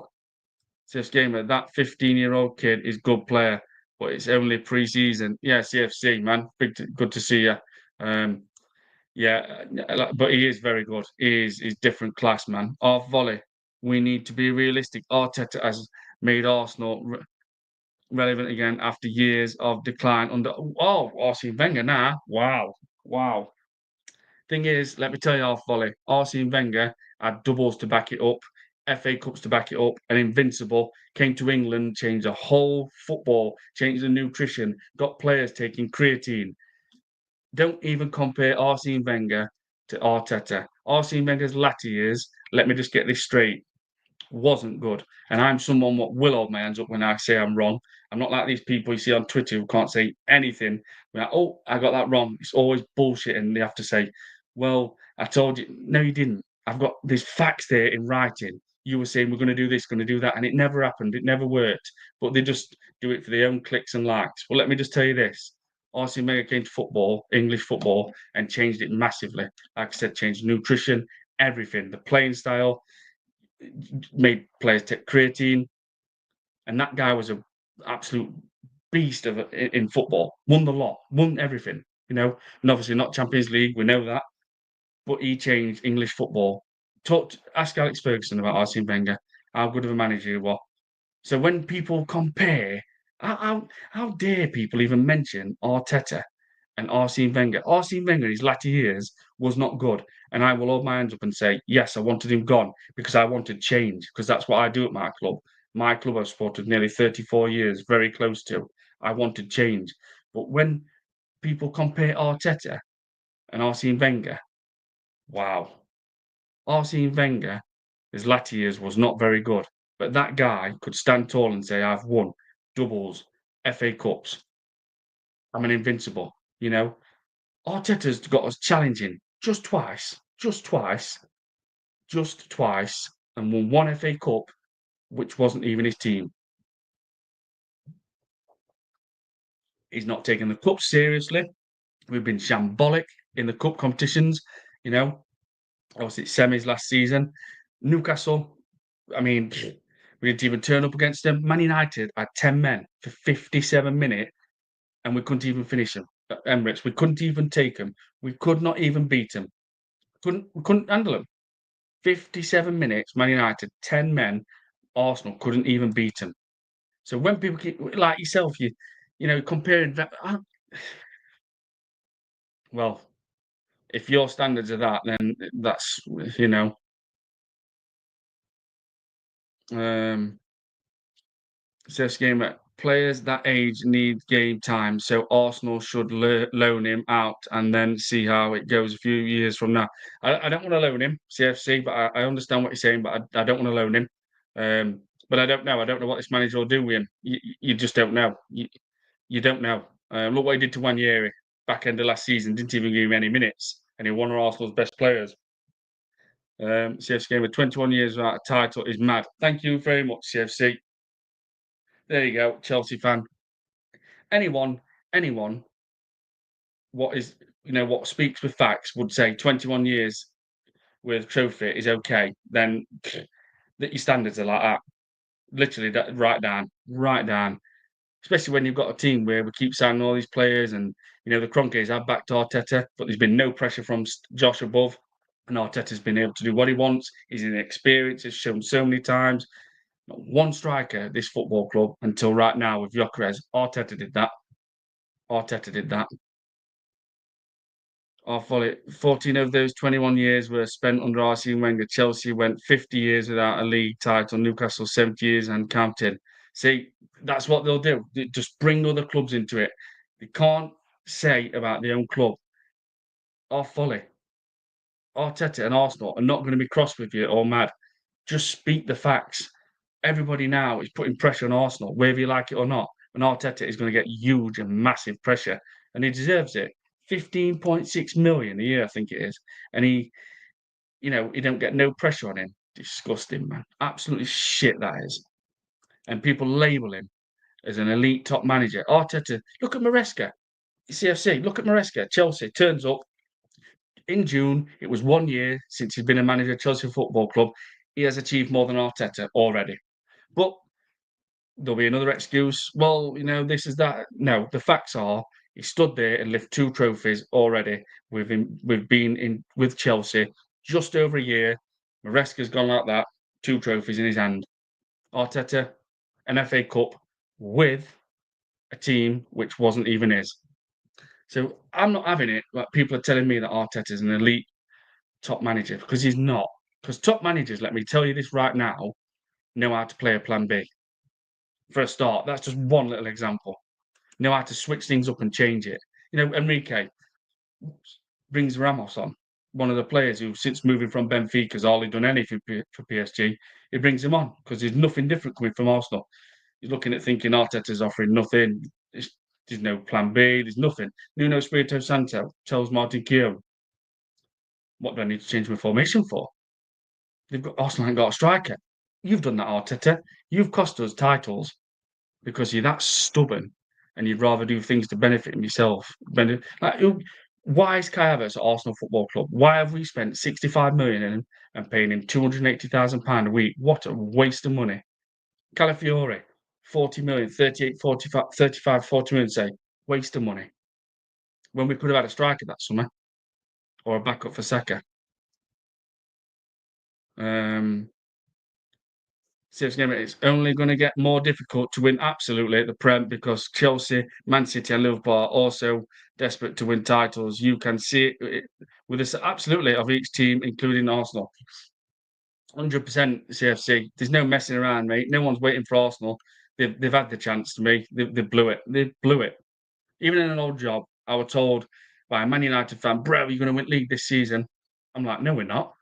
And at that time, and I'll shit you not, we were 8 points clear of Man City. And I was like, we're not going to win the league. And he's like, yeah, bro, of course you are, man. You're 8 points clear. Man City ain't catching now. Says, I'm telling you now, my football club do not have a difference maker. There's no striker in this club. And we've got Arteta as a manager, and he does things where you think, why are you doing that? The whole world questions you. All on radio stations. Why would you play Kai Havertz in midfield against Aston Villa? When we're coming up to running in for a title. And why have you not signed a striker? That's all on Arteta and people above not pressuring him, preferably Josh, because Stan don't give a shit. He probably still thinks season's going. Right. I feel Arteta got the chance to win absolutely the league when Chelsea, City, and Liverpool fell off, but he threw it away. He did absolutely, CFC. This is what I'm saying, and you're not making it up, CFC. I'm not making it up. The writing shows we did not win the league. The writing shows we don't get to Wembley. The writing does not show Arsenal on the FA Cups no more. These are not made up facts, but yet some fans seem to think that, oh, you can't say that. I'm not saying it. The facts are Arsenal don't get to Wembley. We haven't won a trophy for so long, and we don't even win. We don't win titles. It's like they think we're making it up. we don't make it up. We just call out what your manager said. Your manager, Mikel Arteta, mentioned, "Do not be satisfied with second." I didn't say that. CFC Gamer didn't say that. Other people in my chat. That was Mikel Arteta what spoke those words. Not me. Not me. Off volley. Arsene Wenger became irrelevant after 206 and stayed for too long. I admire George Graham more. George Graham, brilliant manager. Yep, absolutely. Class. George Graham's fantastic. Um, Again, why is that guy, George Graham, not got a statue outside Emirates? Why is the legend, the guru of bringing players to Arsenal, David Dean, why is there no statue? I'll follow. The point is Wenger stayed too long and it made things difficult for the next manager. Well, what about Arteta then? Oh, folly. What what about when Saliba probably turns around and says, "I'm done. I want to go to Real Madrid"? Because if Florentino Perez calls him, even this window, he's going to turn around and say, "I want to leave Arsenal." Because why should Saliba, Saka, Rice keep saying when they're on international duty with the mates, with Bellingham, Tchouaméni, Camavinga, Mbappe? Why should they keep hearing conversations? We've won this season, we've won this Champions League, we've won that, won La Liga, Copa del Rey. Why should Saliba and players like Rice, and Saka keep hearing that from the mates, and all they can say is, "Yeah, we finished second, 10 points behind this time as well." Why should they keep going through that? They're not going to keep putting up with that. They are going to want to win football trophies. I've played football myself, and I won a lot in the game from 7 to 14. I won the league every single season with the team I was with.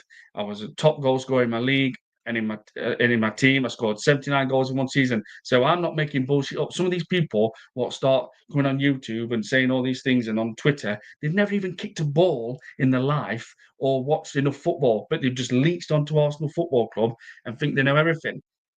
They won't know anything about football, but they've just thought, right, I'll leech onto Arsenal, and there we go. I'll say something, it's probably bullshit, it's a lie. Oh, Arsenal's going to win treble next season. No, they're not. And everybody knows in the world they're not. But yet, they brainwash so many people, these vulnerable fans, and it sticks. And the next minute, they can say anything. They can say anything. Martin Odegaard's got 2 heads. Bang! That's it. People are just brainwashed and they're hooked. And it's a shame because I'll tell you something now. These people like what went on TV live, like that Moneypenny, how dare he respect Arsenal Football Club like that, make a mockery of Arsenal Football Club, having to have people supporting other teams answer his questions when Jamie Carragher were asking him them questions on the overlap. That's disgusting. If David Dean, Ilwood, Ken Fryer, Danny Fritzman, Keith Elderman, and Lady Nina Bracewell-Smith were here, they would have banned him from coming to the Arsenal Football Club. Obviously, at Ibrox Town. If they'd have seen something like that, I know it's different now with social media, they would have fucking banned him from turning up at Arsenal. You're not welcome at our club. Don't you ever enter this club again. You will not go on TV and make a mockery of our club. But nah, it's all nice now. It's all cuddles. It's all cuddles FC. It's all nearly. You've got fans bigging up finishing second semi-finals. Well, if you finish second in the semi-final, you go and win it the season after. It's as simple as that. Get over the line. If you challenge once, you win next time.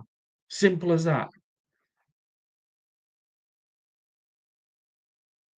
Look at Man City, man. My God, what an owner they've got, / CEO chairman, Khaldun Muldoon Barrack.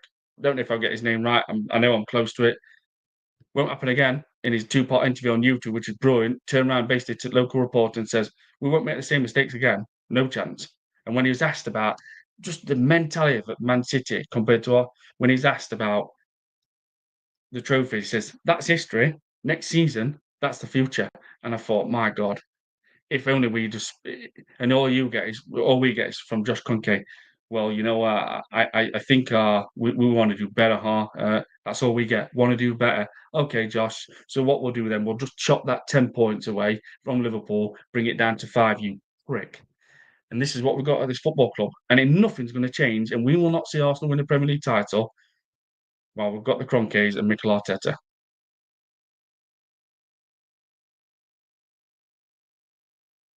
Off volley. The point is, seen that.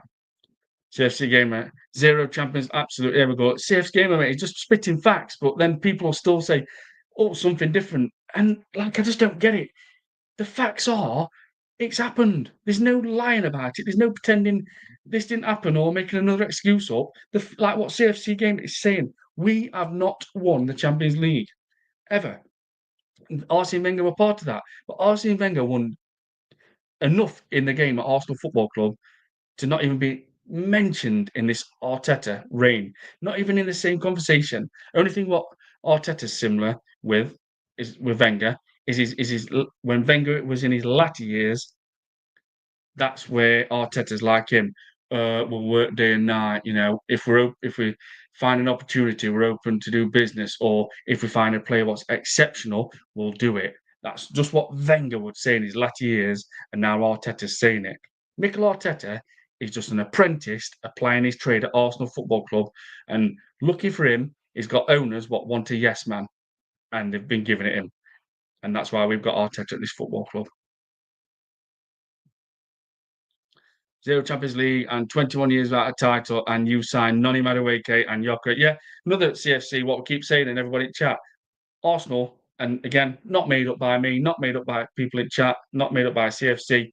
The facts are Arsenal Football Club keep topping Chelsea up and making them stronger because you know what?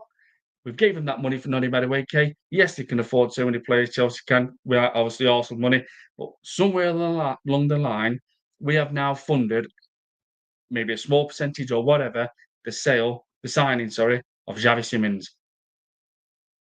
Well done, Arsenal. Well done. Because you won't see Liverpool keep going to Man City and doing that, and you won't see Man City keep going to Liverpool. Not natural. Why the hell would you keep signing players from your rivals in location and then in the league?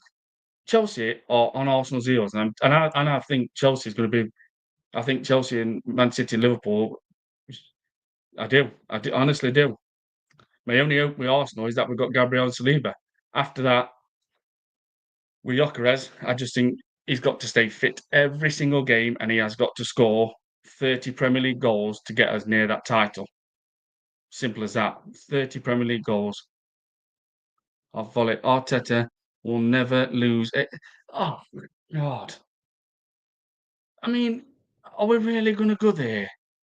Like, Arteta will never. So you're basing it on one match where Arteta will never lose 8-2 to. Jesus Christ, man.